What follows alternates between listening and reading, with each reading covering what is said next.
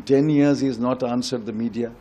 In 10 years, he has not answered our questions also. Katchatheevu was neither acquired nor ceded to anyone. How does the Prime Minister say that India ceded Katchatheevu to Sri Lanka?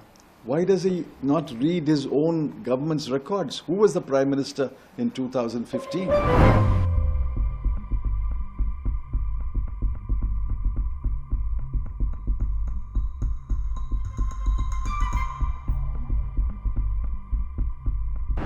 The BJP Prime Minister does not want to answer any questions. He has never met the media. In 10 years, he has not answered the media. In 10 years, he has not answered our questions also. Now let's take Katchatheevu.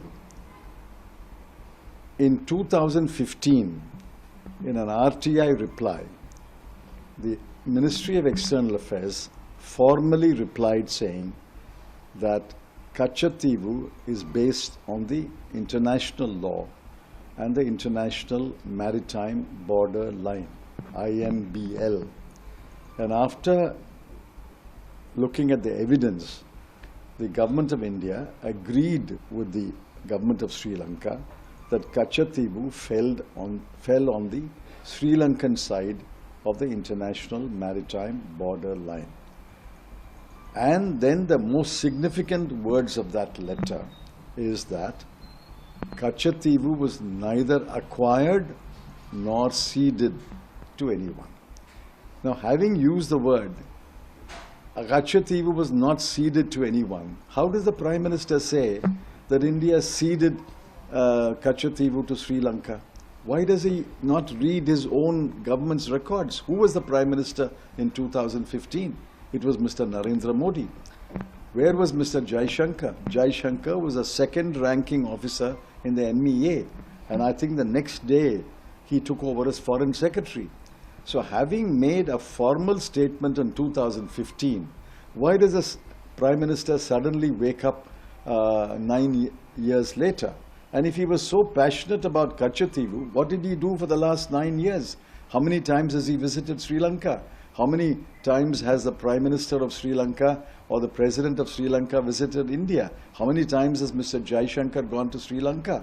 The Tamil Nadu Chief Minister, in a memorandum, raised the issue of Katchatheevu with the Prime Minister in a gathering at Nehru Stadium, Chennai. Why did the Prime Minister not reply?